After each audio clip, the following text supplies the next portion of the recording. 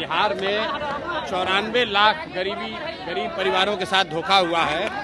नीतीश कुमार ने तेजस्वी यादव के साथ जब सरकार थी तो अपने विधानसभा में खड़ा होकर कहा है कि 94 लाख गरीब परिवारों को बिहार में जातीय जनगणना के बाद उन्होंने ये घोषणा की थी नवंबर 2022 में कि हम लोग हर परिवार को 2 लाख रुपए देंगे।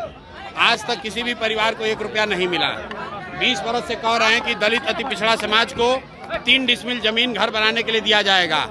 आज तक सिर्फ 1.25 लाख दलित परिवारों को ही ये जमीन मिला है। तो इसलिए अगर और ये जो जमीन के दाखिल खारिज के नाम पर लूट मचा हुआ है, भ्रष्टाचार है, इसके विरोध में हम लोग सरकार से आवाज़ उठाने गए थे। वहाँ पर FIR हुआ है, उसकी कोई चिंता नहीं है। अगर यहाँ गरीब लोगों की आवाज़ उठाने के लिए FIR होना है तो 1 के बजाय 10 FIR हो जाए, कोई चिंता की बात नहीं है। विधानसभा में हाथापाई की स्थिति आई है सर। विधानसभा में कल हाथापाई की स्थिति उत्पन्न हो गई, कैसे देखते हैं? विधानसभा में अगर आप बालू माफिया, शराब माफिया, गुंडा बदमाश को जिताकर भेजिएगा तो विधानसभा में मारपीट नहीं होगा, तो वहाँ पर कोई संवाद तो होने वाला है नहीं।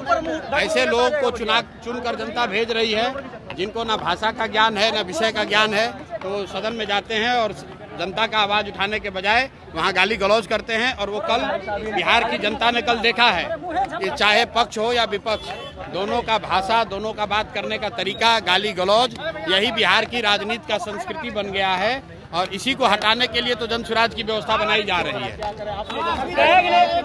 ने अपना रिपोर्ट दिया है जिसमें बिहार सरकार अपना बजट खर्च नहीं कर पाई है और 70,000 करोड़ का कोई हिसाब नहीं है। देखिए, ऐसा है कि बिहार सरकार हर साल 40 से 50,000 करोड़ रुपया सरेंडर करती है, खर्च नहीं करती है।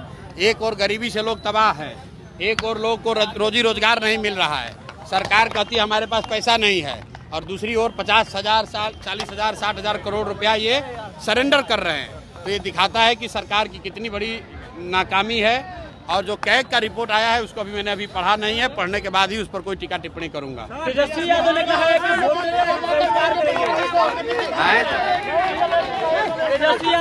चुनाव का बहिष्कार करेंगे, क्या कहेंगे इस पर? भाई, हर लोकतंत्र में सभी दल, लोकतंत्र में नेता और दल अपना विचार रखने के लिए, अपना रास्ता चुनने के लिए स्वतंत्र हैं। अगर उनको लगता है कि उनको बहिष्कार करना चाहिए तो बहिष्कार करें। ये धमकी देने की गिदड़ भभकी क्यों दे रहे हैं? बहिष्कार करें, इसमें कोई बात नहीं है, उनका निर्णय है।